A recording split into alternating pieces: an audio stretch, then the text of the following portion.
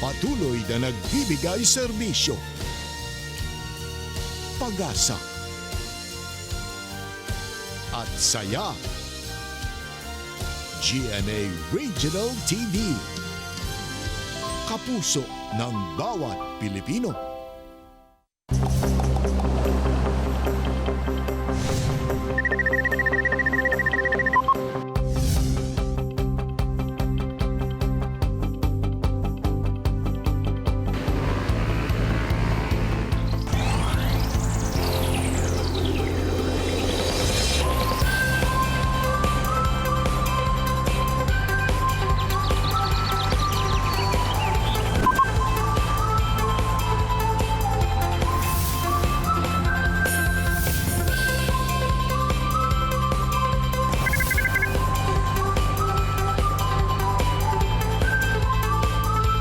Kini ang At Home with GMA Regional TV.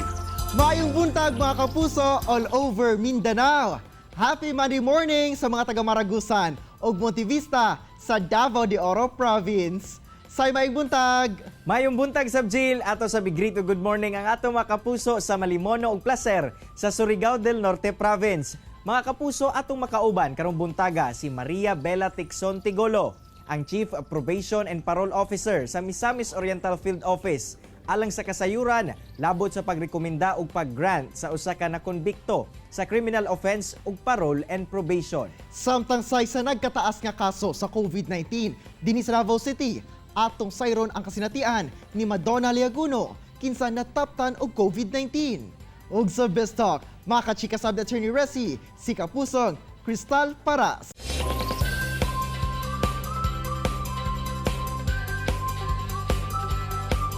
Let's get more energized karong buntaga mga kapuso. Pinaagi sa At Home with GMA Regional TV Dance Challenge. Galaw-galaw na!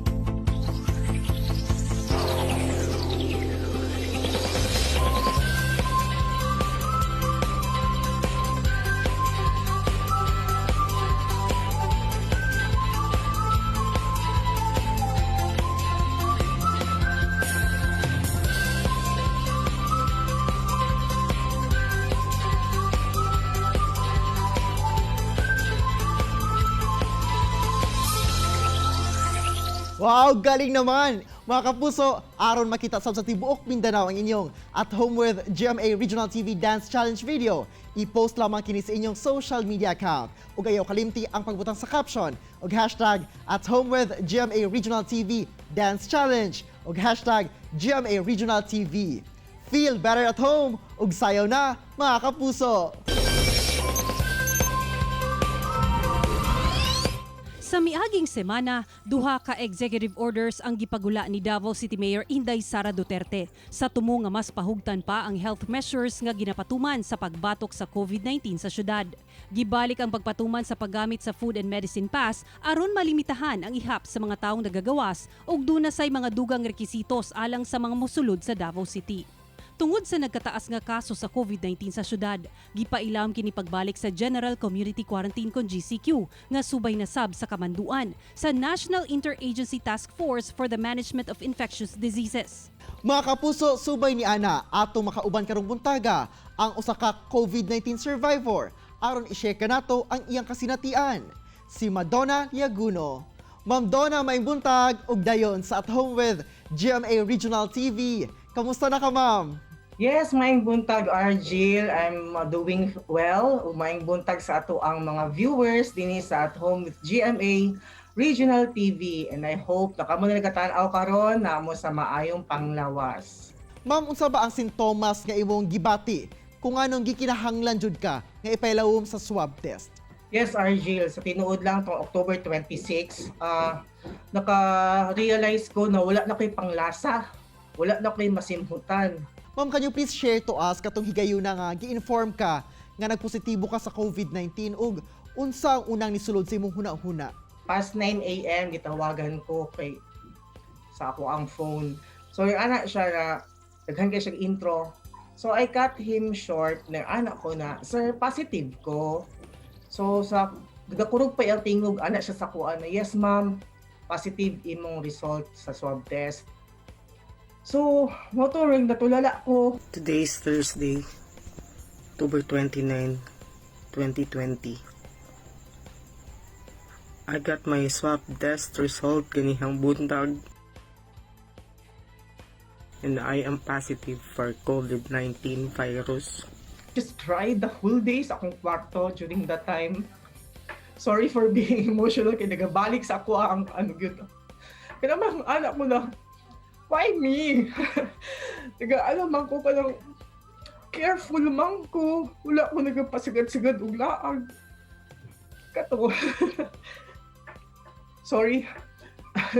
Sorry ang anak ko sa kanyang na, is this a test or unsa ba? Ma'am Don, unsa imuhang mga ikabalak-an ma'am that time nga nahibal-an nimo nga positive ka sa COVID-19? Ang pinaka-first gid nako na kanang grabe akong kulba was because tulo lang mi diri sa balay with my sons. Ang akong dakong kakulba is makatakod ko sa ilaha. Nahadlok pug ko sa akong mga primary contacts. Kay during that time, identify naman sa office kung kisa akong mga primary contacts. Grabe akong kaguol, nakalabang matakdan po na ako sila.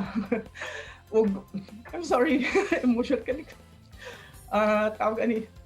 Wala ko kabalo kung usay mahintabo, but I was very thankful kay negative sila tanan. Nga nakabutan ng Ginoo ba na safe na ng primary contacts na ako, safe po akong mga anak. Ma'am Don, katong gisundo na ka para ihatod sa isolation facility. Kamusta ma'am ang imuhang nahimong mga kaagi? Hi everyone, ako din sa SPMC for X-ray and blood extraction. Still waiting. I arrived there at past 9 o'clock sa buntag. Would you believe, 2:00 na ko nakuhaan o ganang dugo for a test. And then past 4 na pug ko na kuhaan og X-ray. Dito nimo makita ang klase-klaseng edad, mabababae, bata, lalaki, walay ginapili. Naa dito nag-positive sa COVID. Klase-klaseng tingog sa ubo imong madungog. Ubo na kagalkal, ubo na murag lang ginatuok. Grabe good. The first ambulance that arrived was around 6 o'clock a.m. And praise God, gitawag akong pangalan. O gihatod ko sa isolation facility. And I can really say na musalute jud ko sa mga frontliners nato. Kay grabe ang dedication, grabe kadaghan ang pasyente. And yet makuha pala ito magreklamo. Ako, I never had a chance na magreklamo dito or mag-wild dito kaya wala ko giatiman. But nakasabot ko sa sitwasyon na grabe nagyud kadaghan ang mga pasyente. To tell you honestly, ang accommodation sa ato ang gobyerno sa mga COVID patients, grabe. Dila makaingon ka na, mayon ka na, luoy kay ko, kay nagkasakit ko, pero wala ko gipasagdahan sa gobyerno. And thankful ko sa ato ang city government because nagkaroon gid og kanang effort ba, makita gid nimo. Ma'am, gikan sa imuhang mga kaagi, gikan pa dihang nahibal-an nimo nga positive ka sa COVID-19 hangtod na nga natapos ang imuhang quarantine. Unsa ba ang mga lessons nga imong nakatunan ug realizations nga importanteng masayran pod sa uban? I realized mas importante di ay na makatabang ta sa ato ang isig kaingon, na kanang makabuhat ta og kaayuhan sa atong kapwa because anytime pwede na kita mamatay without us na naka-prepare or whatever. So kato big realization ka ito para sa ako ang part. Sorry. Nakanambang dyan ko sa kinuuna. Lord, kung waan ko nimo, I'm not yet ready. Naghanap akong buhaton para sa akong mga anak, para sa akong sarili. So, ko siya, heal me Lord. Dili lang ako ang i-heal, kundi tanang pasyente na nagka-COVID. Because I know, napaka-challenge na ihatag sa kuha. And I promise nga anak ko sa Ginoo na I will do good things. I will do good things for my fellow men. Ma'am Don, kay lagi daghan na o nagapost online, unsa imuhang mensahe sa kadtong nagapasagad na lang kay lagi dili na mutuo nga dunay COVID-19? Sa akong part ning ani recovered na ko. Parang dako kay akong kalagot sa inyo ha. Ngano, look at me. I am a living witness na naay COVID. Dili lalim na magka-COVID ka. Although, minor lang ganito ako how much more na sa uban na naggrabe gid ang tama sa lungs ug sa katong mga grabe laing pang mga sakit. To tell you honestly, ako usaw ka asthmatic, usaw ko diabetic. I am a very vulnerable person na makakuha na magrabe gid ang kanang sakit ako sa COVID. But then, thankful kaayo ko sa Ginoo kay kanang gipatilaw lang ko niya na kanang minor lang. So para sa inyo na dili magtuo, shame on you. Ayaw mo pag-ingana because kung naalang mo dito sa SPMC, ikaw mismo ang makakita kung unsa kadaghan ng mga kaigsuonan nato ang nag-antos gyud sa kaning sakit na COVID. So please, stop doing it. Stop sharing those posts na kanang dili tinuod ang COVID because it's really true. Ma'am Don, I'm very sorry for making you cry this morning. Pero laban lang kita ma'am og kinahanglan gyud no nga tanan kita mo sunod sa mga health protocols nga ginapatuman kontra COVID-19. Daghang salamat Ma'am Donna sa pag-share sa imuhang istorya nga kakuhaan kayod og mga leksyon sa tumakapusong Mindanawan ilabi na sa mga Dabawenyo og amping always ma'am. Yes, salamat Argel. Tutok lang mga kapuso, mubalik pa ang At Home with GMA Regional TV. Kini ang At Home with GMA Regional TV. Best talk tayo ng mga kapuso, kauban si Attorney Resi Rizada. Resi! Thanks, RJ! May buntag mga kapuso, welcome to Best Talk. Karubuntaga atong makauban si kapuso artist Crystal Paras. May buntag Crystal and welcome dito sa At Home with GMA Regional TV. Kamusta ka na? Hello po, Attorney Resi. It's so nice to be here sa At Home with GMA Regional TV. Okay naman po ako. I've been trying to adjust to the new normal with everything, interviews and work being online. I'm coping and thankful po na may trabaho at may human interaction kahit paano. Siyempre, Crystal, you've also found this as a time to share your blessings kasi nabalitaan namin that you've prepared home-cooked na sisig meals. Bakit mo naman naisipan, to drive around your community tapos mag-distribute ng mga sisig meals? Naisipan ko po siya, I've been wanting to do it since the start of the pandemic. But ang problema is, lahat tayo affected, parang hindi ako yung isa sa mga tao na merong extra na panggastos para ilaan for things like that, for helping other people out sa community. So nung I've been live streaming online po para kumita and other extra projects on the side. Nung nagkaroon po ako ng extra, naisipan namin ng mga kapatid ko, hindi siya kasing dami ng nakikita ko. Alam kong malaking difference at malaking tulong siya kahit sa iilan na tao lamang na nabigyan namin. Yun na lang po yung inisip ko na it may be small but it's okay. We were able to help. This time naman, pag-usapan natin, Crystal, ang iyong Starstruck journey. Out of the hundreds na nag-audition sa Starstruck Season 7, isa ka sa mga naging finalists ng Final 14, female finalist. Nung sumali ka ba ng Starstruck or nag-audition ka, naisip mo ba na makakabilang ka talaga sa Final 14? To be honest, no.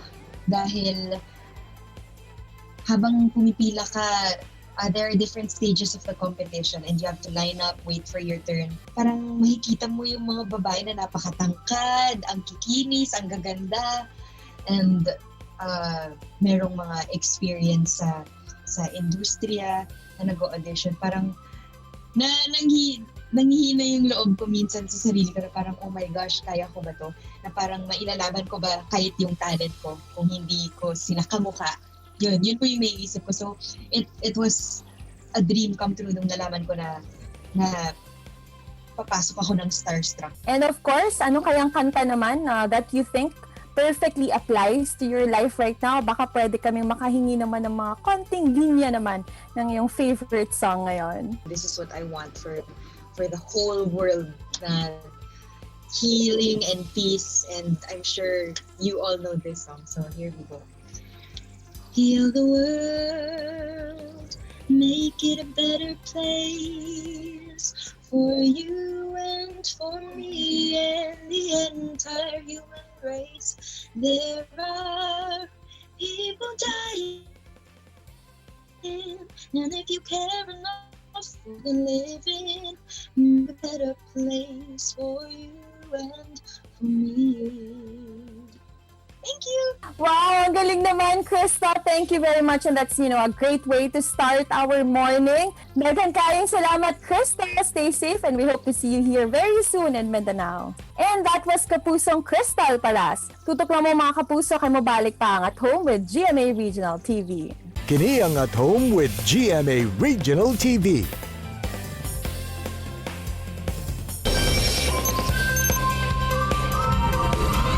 Mga kapuso, sanglit tong milabay nga episode naghisgot kita sa kinabuhi sa usa ka kanhing PDL ug paunsa na niya nagiusab ang iyang kinabuhi.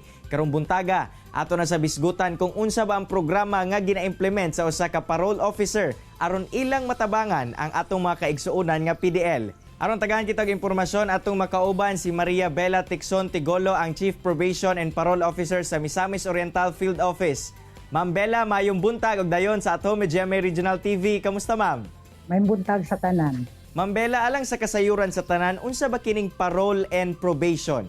Ang probation, mauni siya ang mga pamaagi diin ang usa ka tawo nga nakonbikto sa usa ka criminal offense, dili dalon didto sa prisuhan. So sa ato pa dili siya prisuhon, no?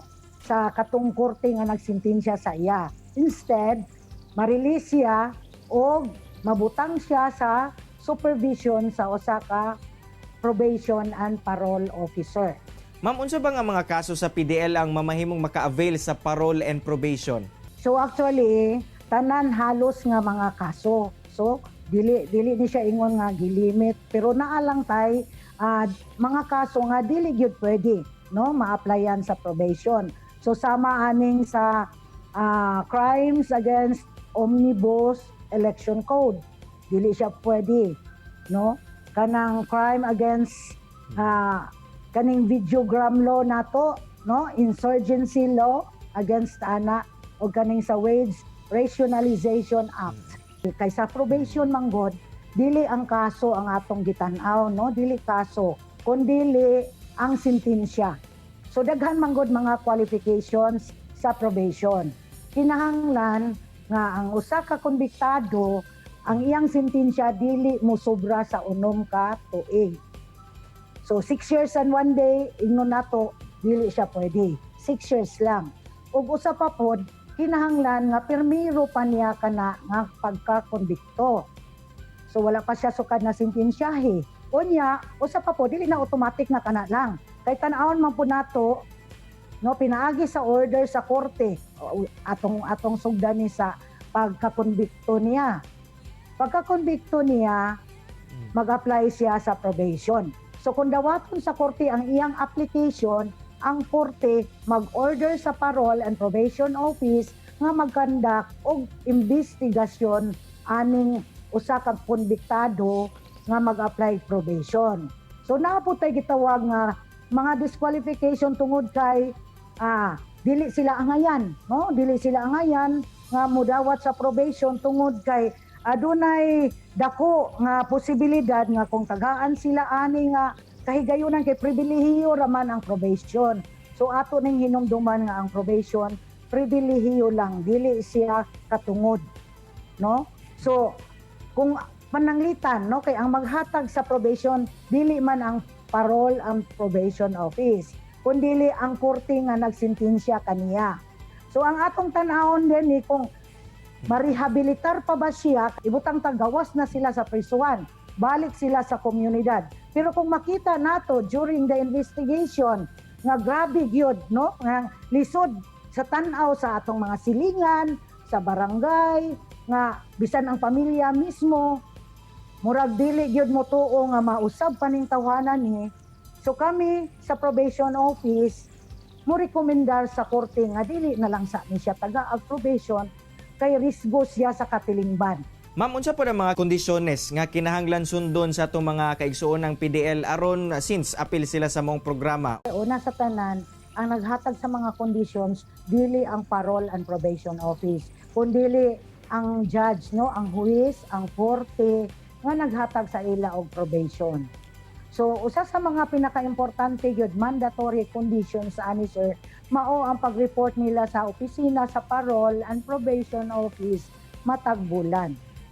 So kay labing minus ka isa ka bulan. Ug unya tungod kay kung mayunta nga bisan nakagawas na sila, ang atong pagtan-aw ana kanila, ang ilang kahimtang piniriso paghihapon sila nga naa sa gawas. Mao nga gipatabanan paghatag sa ilang probation, gipatabanan sila mga kondisyones nga ilang tumanon, no, sama sa dili sila mulakaw nga dili mananggid, dili sila mo transfer sa lain nga Pinoy-anan, lain nga dapit kung dili sila mananggid, dili sila pwede mo travel, no, mga pila ka semana or bulan nga dili sila mangayo sa travel permit. Kay sa gingon na nako piniriso pa manggihapon sila. Ma'am Bella, unsa pud ang sagad penalties ma'am ugaling ang usa ka parole nga milapas sa mga kondisyon nga gilatag sa korte? Ang mga conditions kasagara, mga 14 ka buok kanang ihatag sa judge, mga 14 or 13. Bisan isa lang ana sir nga dili nila matuman, mag-recommend nami for revocation sa ilang probation ngadto sa korte. Daghang kayong salamat Ma'am Bella sa imong oras ug gigayon nga gihatag sa At Home with GMA Regional TV ug amping pirmi ma'am. Daghang salamat sir sa kahigayonan nga inyong gihatag. Say mismo ang recovered COVID-19 patient nga si Madonna Liaguno maoy nagpamatuod nga dili gayud lalim ang magka-COVID-19. Luyo nga dunay pipila nga dili na motuon niini. Ang iyang kasinatian maoy ni bag-o sa iyang panglantaw sa kinabuhi. Samtang Jill, dako man ang tahas ni Maria Bella Tixon Tigolo, isip Chief Probation and Parole Officer sa Misamis Oriental. Apan ginasiguro sa ilang ahensya nga ang mga angayan lang gayod nga aplikante ang mahatagan og pribilehiyo nga makabalik sa komunidad og ma-rehabilitate. Samtang sa gipatigbabaw gayon ni Kapusong Crystal Paras ang pagtabang sa mga nanginahanglan karong panahon sa pandemya, pinaagi sa paghatag og home-cooked meals. Mga kapuso, unta na inspire ug nakakat-on kamo sa gi-share sa itong mga bisita karong buntaga. Sama na lang sa panultihon ni Leon C. Meganson nga it is not the strongest or the most intelligent who will survive, but those who can best manage change. Sakto sa itong episode karong adlaw. See you tomorrow mga kapuso, alas 8 gihapon sa buntag. Dinhi lang sa inyong paboritong morning kabanding, ang At Home with GMA Regional TV. Makita pagbalik ang atong episode pinaagi sa pagbisita sa www.gmaregionaltv.com. Huwag kayo kalimot mga kapuso, mag-subscribe sa official YouTube channel sa GMA Regional TV. Mga kapuso, always remember that God is good all the time. Ayaw sab kalimot sa pag-smile. Amping! Stay safe and healthy mga kapuso. Ako si Cyril Chavez. Kinisab si Argil Relator. Buong puso para sa kapuso.